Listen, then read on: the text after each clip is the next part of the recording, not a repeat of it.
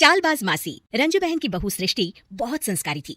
दोनों सास बहू बड़े प्यार से रहती और मिलजुल कर घर का काम करती थी। पर ये बात कईयों को तो अच्छी लगती लेकिन कई लोगों को तो जलन का कारण बन गई थी। एक दिन सृष्टि से मिलने उसकी सहेली घर आती है। अरे सृष्टि, तू तो बड़ी अच्छी लग रही है। यहाँ तो घर का सारा काम करते करते हालत ही खराब हो जाती है। अपने ऊपर ध्यान देने का वक्त ही नहीं मिलता। तू तो बड़ी किस्मत वाली है। सृष्टि इस बात से हमेशा खुश रहती थी कि उसे एक अच्छा ससुराल मिला है। लेकिन एक दिन रंजू बहन की दूर की मौसी उसके साथ रहने आती है। अरे तू क्यों सारा दिन घर का काम करती है? बहू को बोला कर घर का काम किया करे। अरे है तो वो भी बेटी की तरह ही ना, और मिलजुल कर काम जल्दी हो जाता है। तू तो बड़ी सीधी है। देख कैसे मटक मटक के सारे घर में घूमती है तेरी बहू। मेरी बहू होती तो इस वक्त मेरा पैर दबाती। क्या ये तेरे पैर दबाती है? पैर तो कभी नहीं दबाए इसने मेरे। ये सुनकर रंजना मौसी समझ जाती है कि उसने अपना काम कर दिया। अब जल्दी सास बहू में जंग होगी। मौसी मुस्कुराती हुई वहां से निकल जाती है। एक दिन रंजना मौसी सृष्टि से कहती है, तुम्हारे कान के झुमके तो बड़े सुंदर लग रहे हैं। जरूर तुम्हारी सास ने दिए होंगे। नहीं नहीं मौसी, मेरी माँ ने दिए हैं। अच्छा, फिर तेरी सास मुझे क्यों कह रही थी कि ये झुमके उसने तुम्हें दिए हैं? उसे झूठ नहीं बोलना चाहिए था। वैसे तुम्हारी सास ये भी कह रही थी कि तुम्हें खाना बनाना नहीं आता, तभी उस बेचारी को सारा दिन तुम्हारे साथ काम करने के लिए किचन में लगना पड़ता है। ऐसी तो कोई बात नहीं है, मुझे खाना बनाना नहीं आता। अरे मैंने तो खुद उन्हें खाना बनाना सिखाया है मौसी। रंजना मौसी वहां से चली जाती है। किचन में सृष्टि खाना बना रही होती है कि तभी उसकी सास वहां आ जाती है और वो कहती है, आज मेरे पैर में बहुत दर्द है, खाना तू ही बना ले। और वैसे भी मैंने सुना है कि मुझे खाना बनाना तो तूने सिखाया है।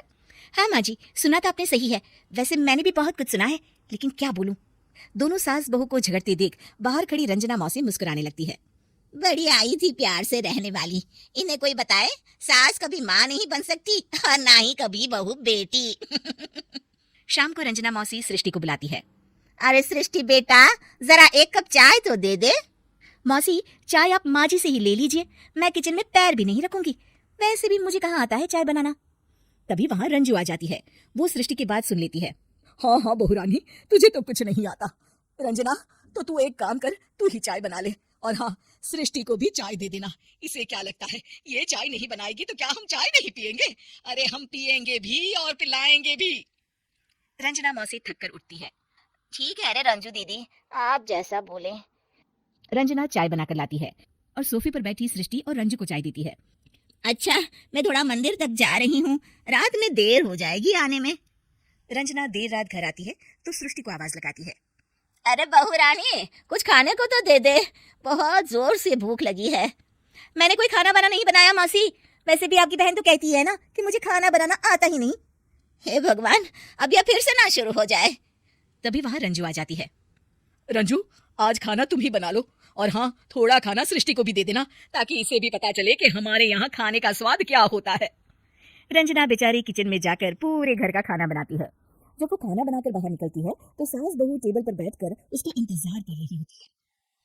लाओ लाओ रंजू, जल्दी खाना लाओ, बहुत जोर की भूख लगी है। सास बहू खाना खाकर अपने अपने कमरे में चली जाती है। अगले दिन सुबह रंजू रंजना के कमरे में जाती है। अरे रंजू, अभी तक सो रही हो? जरा नाश्ता तो बना दो। तुम्हें तो पता है ना कि बहू आजकल किचन में पाँव भी नहीं रखती। पता नहीं किसने उसके कान भरे हैं। चलो अब उठो और नाश्ता बनाओ। और हाँ, सृष्टि को भी दे देना खाने के लिए। अरे उसे भी तो पता चले कि हमारे घर का नाश्ता कैसा होता है। मैं नीचे जा रही हूँ, जरा जल्दी वक्त पर आ जाना। हाँ। रंजना नीचे उतरती है और उसके हाथ में सूटकेस होता है। अरे रंजू, कहाँ जा रही हो? नाश्ता नहीं बनाओगी? अरे मौसी, बहुत जोर की भूख लगी है, नाश्ता अभी तक नहीं बना। अरे मैं कुछ नहीं बनाऊंगी, मैं तो घर जा रही हूँ। तुम सास बहू के चक्कर में मेरी तो कमर ही टूट गई। अरे अरे मौसी, कहाँ जा रही हो? तुम चली जाओगी तो हम सास बहू को खाना कौन खिलाएगा? रंजना मौसी भागते हुए कहती है। अरे मेरे बस की नहीं है, मुझे माफ करो, मैंने तो गलती कर दी तुम दोनों के बीच में झगड़ा लगाकर। रंजना मौसी के जाने के बाद रंजू सृष्टि से कहती है, बढ़िया आई थी हमारे बीच लड़ाई लगवाने वाली। अरे कौन कहता है कि सास माँ और बहू बेटी नहीं बन सकती?